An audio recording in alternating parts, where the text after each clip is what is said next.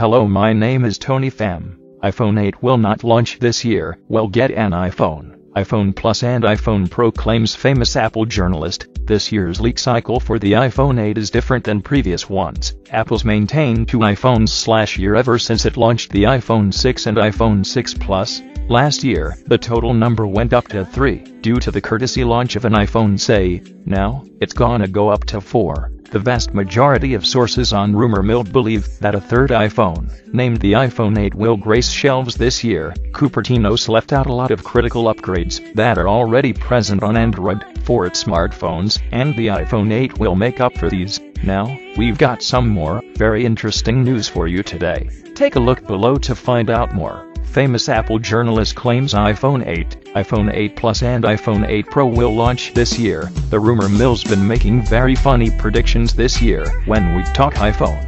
Allegedly, Apple will drive a wedge straight through its iPhone portfolio this year. Ever since Steve Jobs took helm in the 90s, Cupertino's carefully crafted a very premium brand image for itself.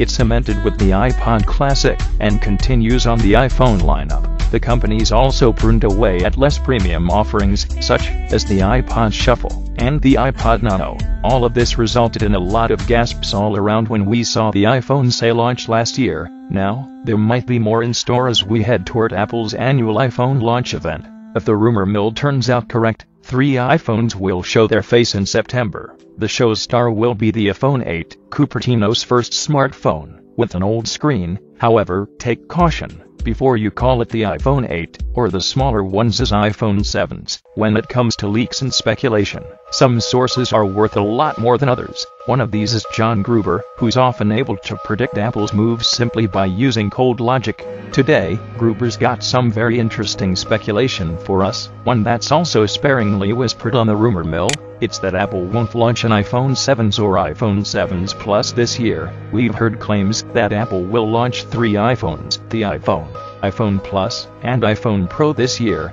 Now, Gruber makes similar claims. According to him, the S models have had minor cosmetic differences from the preceding year's non-S iPhones, but these phones, iPhone Plus and iPhone Pro, are sporting entire new designs.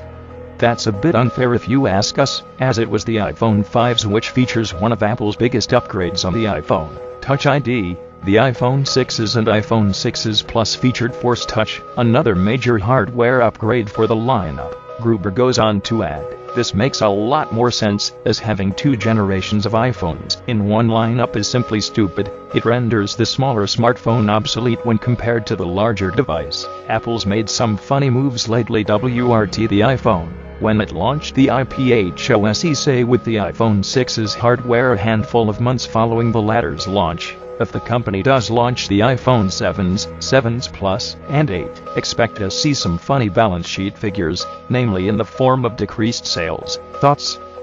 Let us know what you think in the comments section below and stay tuned. We'll keep you updated on the latest. Thank you for watching. For the follow-up, subscribe to the channel yourself here.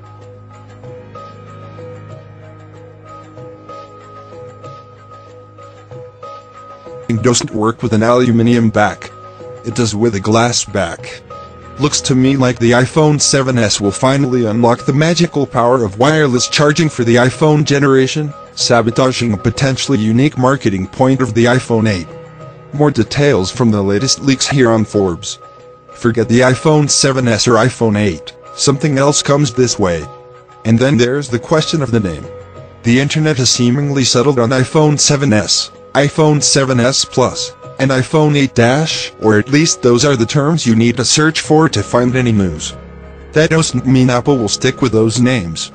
There's more than enough evidence from previous launches that Tim Cook has something else in mind. With all the talk of the iPhone 8 online, it's unlikely that even Apple's ivory tower view of the media would release 3 handsets with numbers lower than 8. Which means you have a basic model, a plus-sized phablet, and a highly specified and insanely expensive model. Apple already has a pattern for this, so let's reconfigure the lineup around the hip new labels and fit in with the numbering scheme to offer us the iPhone 8, iPhone 8 Plus, and iPhone 8 Pro. Except Tim Cook apparently has arithmophobia, so let's drop the 8 bomb and regenerate the lineup in the 10th anniversary of the first Apple smartphone. iPhone Plus, iPhone Pro, Some justification on the new naming conventions here. Can Apple really live without Touch ID? Touch ID, the biometric fingerprint scanner on the iPhone range devices, looks set to be missing from the iPhone 8. Thanks to the removal of the home button, Touch ID would have needed a new home in any case. Options such as embedding it in the power button or using the Apple logo on the rear chassis have been mentioned, but these are being ignored. Tim Cook is going to gamble on losing Touch ID altogether and rely on facial recognition. As leaked in its own software, Apple will instead move all iPhone 8 security to Face ID, a new facial recognition that will hopefully work better than Samsung's erratic implementation in the Galaxy S8 and Galaxy S8 Plus, which struggles in bright sunlight, low light, and when wearing glasses/sunglasses. But Samsung played it safer than Apple, because both the Galaxy S8 and Galaxy S8 Plus still retain their fingerprint sensors as a fallback. They are idiotically positioned, but they were still my default method of unlock within a week of using each phone. More here on Forbes. Improving your portrait. Lurking inside the latest iOS 11 beta release is new code for Apple's portrait mode. This is the dual-camera powered bokeh effect, where the subject is in sharp focus, while the background goes out of focus. Apple has refreshed the settings, but also stores data of the original image capture so you can remove the effect for a clean portrait at a later time. Mike Weatherly has more. Portrait mode not only has exited its beta status, but has seen some improvements as well. The procedure to take the shot is unmodified, but the edit feature now allows for the effect to be removed at will, and non-destructively. The effect still can't be applied retroactively if the image wasn't taken in portrait mode to begin with. All the details are at Apple Insider. Calling Dick Tracy, Apple style. For a companion device, a lot of people want the Apple Watch to operate independently from the host iPhone or iPad. Apple more than likely has the technology to do so inside Cupertino's labs, but is it ready for the public? Bloomberg's Mark Gurman believes so. Currently, Apple requires its smartwatch to be connected wirelessly to an iPhone to stream music, download directions and maps, and send messages while on the go. Equipped with LTE chips, at least some new Apple Watch models, planned for release by the end of the year, will be able to conduct many tasks without an iPhone in range, the people said. For example, a user would be able to download new songs and use apps and leave their smartphone at home. More on the unconnected Apple Watch potential here. Go large, an option for new MacBook Pro. As it stands, the MacBook Pro machines top out at 2 TB of storage, provided by a pair of 1 TB VNAND package. Now that the South Korean company has been able to increase the size of these chips, Apple will have the option to ship a Mac machine with a whopping 4 TB of storage in the near future.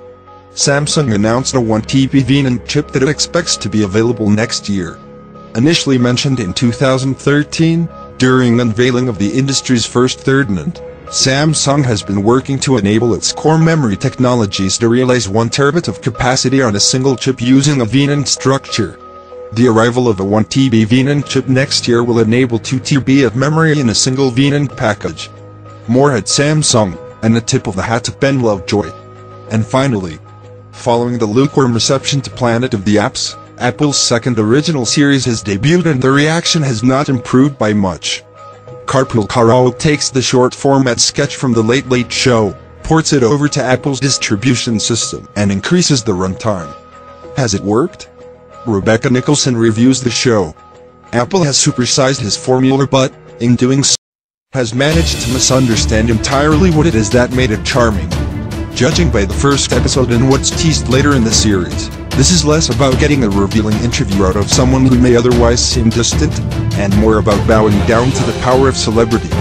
Will Smith, who stars in the first episode, isn't there to have a conversation with Courtney. He's there to perform. The full review is at The Guardian. Apple Loop brings you 7 days worth of highlights every weekend here on Forbes. Don't forget to follow me so you don't miss any coverage in the future. Last week's Apple Loop can be read here, or this week's edition of Loop's sister column, Android Circuit, is also available on Forbes. Thank you for watching. For the follow-up, subscribe to the channel yourself here.